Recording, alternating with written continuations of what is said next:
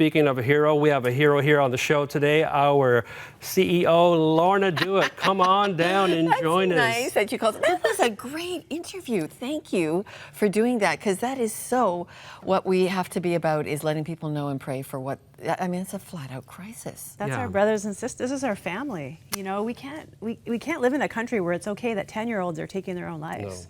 No. It's not okay. We've got a piece coming up on the Great Faith Tour that is going to address our relationship with First Nations from a historic perspective. So yeah, let's keep talking about that.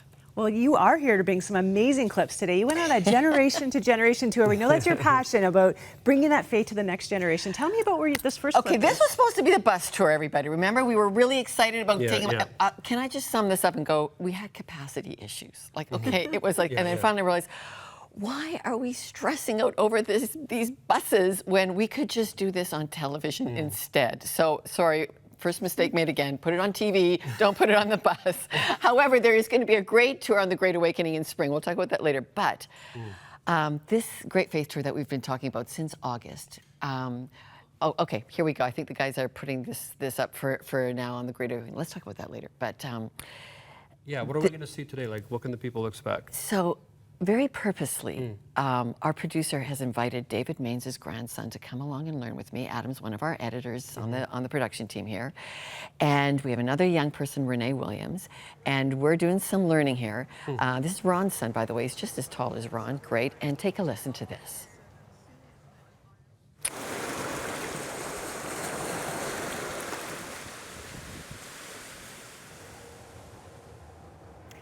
It's such an idyllic region, but now we've got the population of Saskatchewan, Manitoba, Alberta combined just in this horseshoe area around the lake. But let's go way back to 1830. There are fewer than 10,000 people living in all of this wilderness that stretches from America all the way around the lake.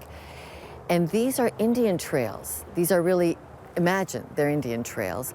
And so the first broadcasters, that's what they were called, preachers on horseback, they would call them broadcasters, came along. Comes from Luke 4, the original word broadcast, sowing the seed, sowing the seed. And so these Methodist riders are coming through with the help of Indians, sometimes staying in Indian wigwams, being given, the First Nations people really opened the door for our preachers to come in.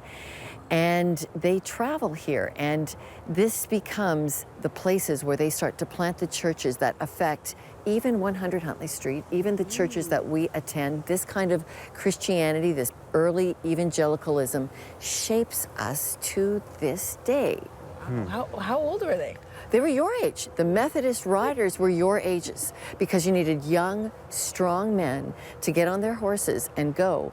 And often they didn't live till they were 40 because the conditions were just so difficult. So what sort of conditions were they riding through?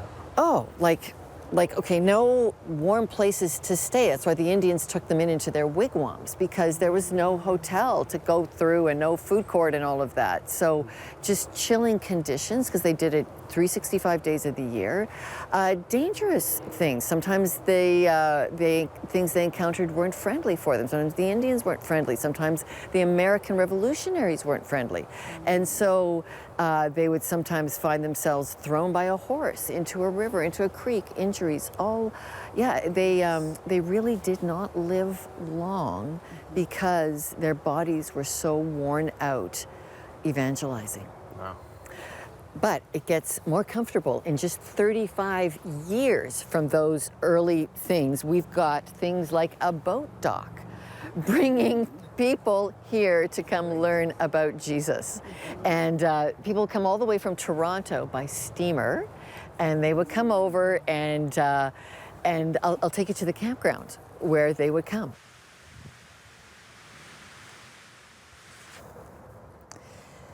So the whole experience of being together, worshiping God, praying, was so extraordinary for people, it became a very permanent campground. So these wonderful, cute little cottages you see everywhere were first wood-bottom tent sites. You know, like glamping. You put wood underneath your tent, and then they grew into these cute little gingerbread house cottages. And this is the site where people would gather. And there was this bell. This is the original bell. This is the original bell. And it was pretty serious about this bell. Apparently you could get arrested if you rang it, and there wasn't really prayer meeting. And you could also get fined if you swore in this area. And there's all kinds of stories about just how much this meant for people to be called holy to prayer. You would only have 1,200 people living in this whole region of Grimsby, but there were 5,000 people at these revival meetings. 5,000 people. Sometimes it dwindled down to 1,000, but everybody came. Until, let me show you the history plaque. As church life happens, it changes, right? And it was very emotional, and it was really, you know, kind of like maybe you guys don't remember, but I remember the Toronto Airport revival 25 years ago, and it was very controversial because it was very emotional, and there were a lot of things that here happened that were also controversial and emotional, spiritual. And so they normalized it, they gradualized it, until they got it to this nice state of behavior.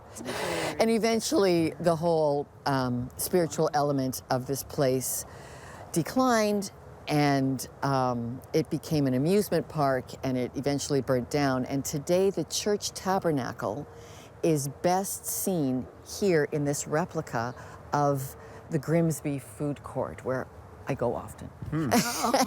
And so the church has become this food court, and or the church memory has become the food court, and very few people probably realize the significance of the architecture of this food court.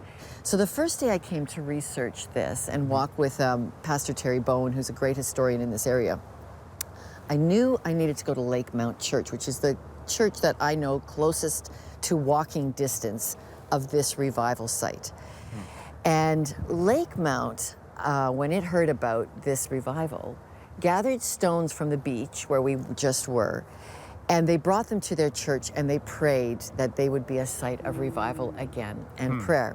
And that church did have an enormous boom in the late 1990s. And I thought, you know, I need to go to Lake Mount. I've never been, and I need to go. And look what happened when I was there. I've got this on my phone, and there is actually a revival prayer meeting going on for Canada, like in the middle of a Friday afternoon. And they brought me to the front. They saw me sneak in the back, and I sat down there, and they brought me in, and they prayed for me as a broadcaster of this generation. Wow. So I just want to say, keep going to church, because you never know what God is going to have for your generation, just as my generation. It's just, we are the activists of this age.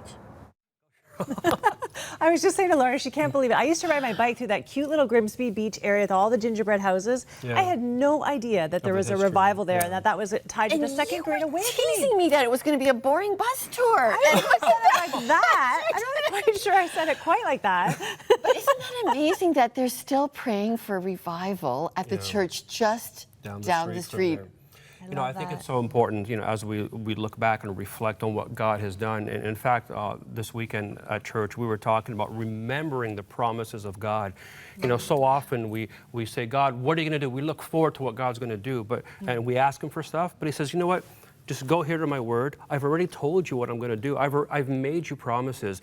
And it's so important for us as believers, Lorna, Cheryl, and you at home, to go back and remember what God said he was going to do. I think it's so important what you're doing.